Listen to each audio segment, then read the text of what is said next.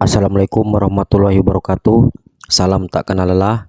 Pada kesempatan kali ini, saya akan melanjutkan kembali pembahasan soal-soal mengenai materi kisi-kisi SKB CPNS Formasi Pengelola Pengadaan Barang dan Jasa. Untuk soal-soal yang akan saya bahas nanti berkaitan dengan materi poin nomor 9, yaitu penyusunan dan penjelasan dokumen pemilihan, penilaian kualifikasi, evaluasi penawaran, dan pengelolaan sanggah. Baik, kita mulai soal nomor 1. Apa tujuan utama penyusunan dokumen pemilihan dalam proses pengadaan barang _jasa? A. Mengatur jadwal pelaksanaan. B. Menyediakan kontrak yang jelas. C. Memberikan informasi lengkap tentang ketentuan pelaksanaan pekerjaan. D. Menentukan anggaran yang tepat. E. Mengidentifikasi risiko.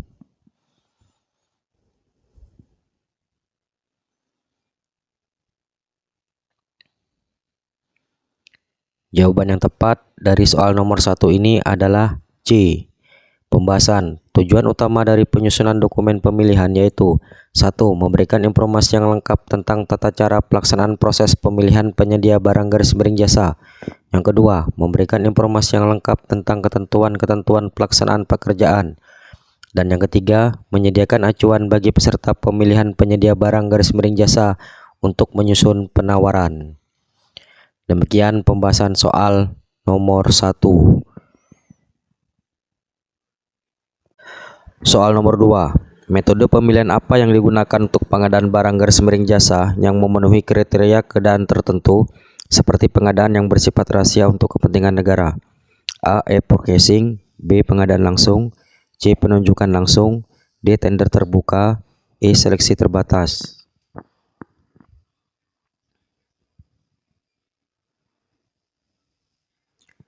Jawaban yang tepat adalah C. Penunjukan langsung. Pembahasan. Metode penunjukan langsung digunakan untuk pengadaan yang memenuhi kriteria keadaan tertentu, seperti pengadaan yang bersifat rahasia untuk kepentingan negara, atau pengadaan yang hanya dapat disediakan oleh satu pelaku usaha yang mampu. Metode ini digunakan untuk situasi yang membutuhkan kecepatan dan efisiensi khusus. Berikut alasan mengapa opsi lainnya kurang tepat. Opsi A. E-purchasing digunakan untuk barang pekerjaan konstruksi jasa lainnya yang sudah tercantum dalam katalog elektronik atau toko daring. Opsi B. Pengadaan langsung digunakan untuk mendapatkan penyedia yang bernilai paling banyak 200 juta. Opsi D. Tender terbuka, proses umum pengadaan dengan persaingan terbuka. Dan opsi E. Seleksi terbatas, proses seleksi dengan persaingan terbatas dan spesifik. Demikian pembahasan soal nomor 2.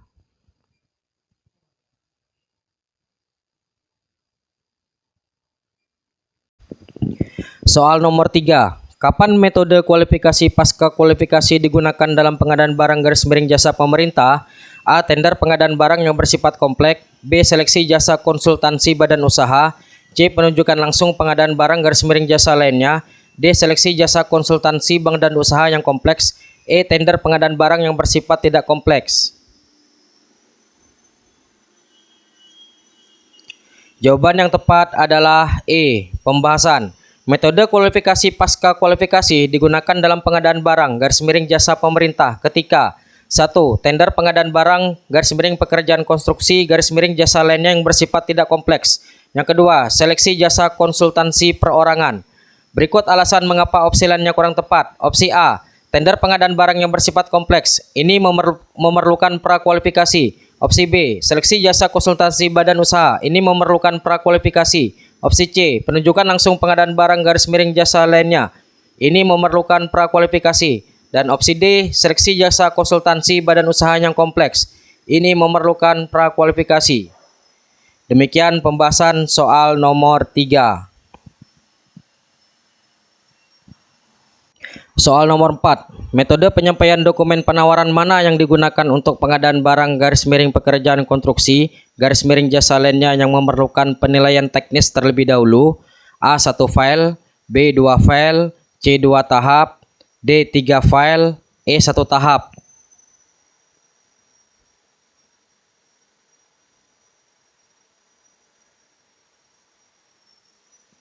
Jawaban yang tepat adalah B. 2 file. Pembahasan. Metode penyampaian dokumen penawaran dengan dua file digunakan untuk pengadaan barang garis miring pekerjaan konstruksi garis miring jasa lainnya yang memerlukan penilaian teknis terlebih dahulu. Ini memastikan bahwa aspek teknis dievaluasi sebelum penawaran harga dibuka. Berikut alasan mengapa opsi lainnya kurang tepat. Opsi A, satu file digunakan untuk metode evaluasi penawaran harga terendah sistem gugur. Opsi C, dua tahap digunakan untuk pengadaan dengan spesifikasi teknis yang belum pasti dan memerlukan beberapa alternatif. Opsi D, 3 file, tidak ada dalam ketentuan yang disebutkan. Dan opsi E, satu tahap, tidak relevan dalam konteks yang diberikan.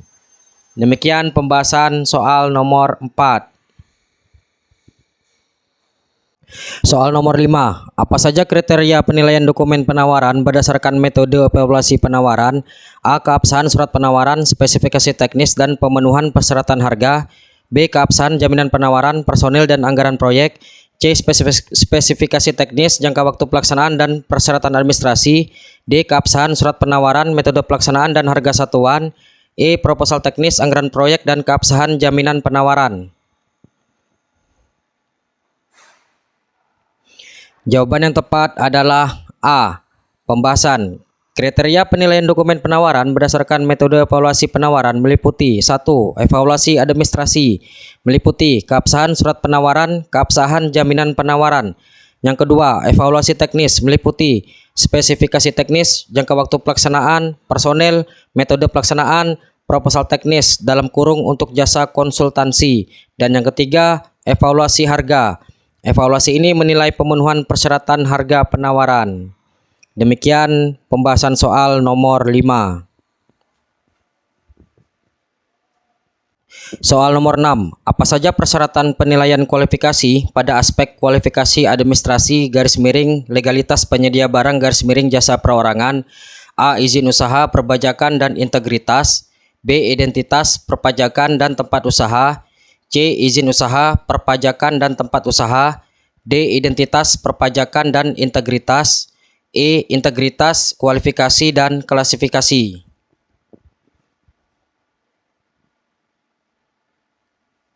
Jawaban yang tepat adalah D. Pembahasan. Persyaratan penilaian kualifikasi pada aspek kualifikasi administrasi garis miring legalitas penyedia barang garis miring jasa perorangan meliputi 1. Memenuhi ketentuan peraturan perundang-undangan untuk menjalankan kegiatan garis miring usaha. Yang kedua, memiliki identitas kewarganegaraan Indonesia seperti kartu tanda penduduk, garis dalam kurung KTP, garis miring paspor, garis miring surat keterangan domisili tinggal. Yang ketiga, mempunyai status valid keterangan wajib pajak berdasarkan hasil konfirmasi status wajib pajak. Dan yang keempat, menyetujui pernyataan fakta integritas dan surat pernyataan peserta. Demikian pembahasan soal nomor 6.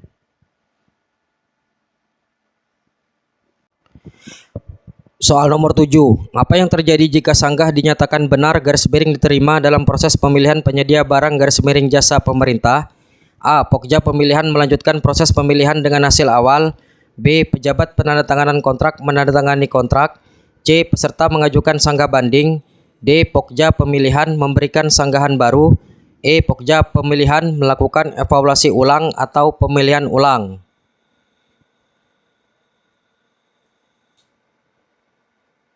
Jawaban yang tepat adalah E. Pembahasan.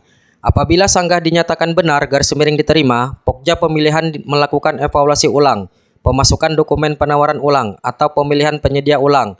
Berikut alasan mengapa opsi lainnya kurang tepat. Opsi A. Pokja pemilihan melanjutkan proses pemilihan dengan hasil awal. Ini terjadi jika sanggah dinyatakan salah garis miring tidak diterima. Opsi B. Pejabat penandatanganan kontrak menandatangani kontrak. Ini terjadi setelah proses pemilihan selesai. Opsi C. Peserta mengajukan sanggah banding. Ini bisa terjadi jika sanggah tidak diterima dan peserta tidak setuju dengan jawaban. Dan opsi D. Pokja pemilihan memberikan sanggahan baru, tidak sesuai dengan proses yang dijelaskan. Demikian pembahasan soal nomor 7. Soal nomor 8. Apa yang terjadi jika ada ketidaksesuaian antara ketentuan sanggahan dengan proses dan isi sanggahan? A. Pejabat penandatanganan kontrak membatalkan proses pemilihan. B. Peserta mengajukan sanggah banding baru.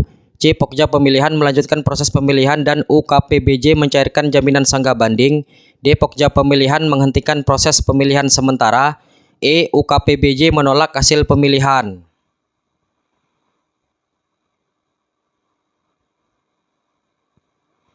Jawaban yang tepat adalah C. Pembahasan. Jika ada ketidaksesuaian antara ketentuan sanggahan dengan proses dan isi sanggahan, maka 1. Pokja pemilihan melanjutkan proses pemilihan dengan menyampaikan hasil pemilihan kepada pejabat penandatanganan kontrak. Yang kedua, UKPBJ mencairkan jaminan sanggah banding dan disetorkan ke kas negara _daerah. Demikian pembahasan soal nomor 8.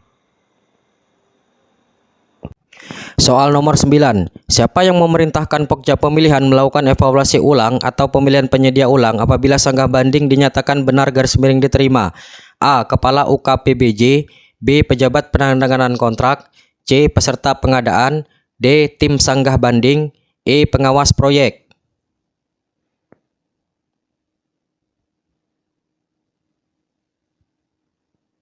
Jawaban yang tepat adalah A. Kepala UKPBJ atau Unit Kegiatan Pengadaan Barang dan Jasa. Pembahasan.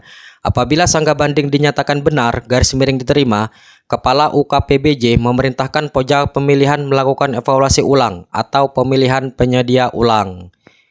Demikian pembahasan soal nomor 9. Soal nomor 10. Apa yang dilakukan oleh Pokja pemilihan apabila sanggah dinyatakan salah _tidak diterima untuk pengadaan barang _jasa lainnya _jasa konsultansi? A. Membatalkan pemilihan penyedia, B. Melakukan evaluasi ulang, C. Menetapkan kontrak baru, D. Mengajukan sanggah banding, E. Melanjutkan proses pemilihan.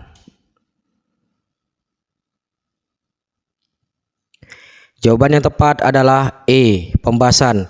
Apabila sanggah dinyatakan salah _tidak diterima untuk pengadaan barang _jasa lainnya _jasa konsultansi, Pokja pemilihan melanjutkan proses pemilihan dengan menyampaikan hasil pemilihan kepada pejabat penandatanganan kontrak. Demikianlah 10 soal yang telah saya sajikan.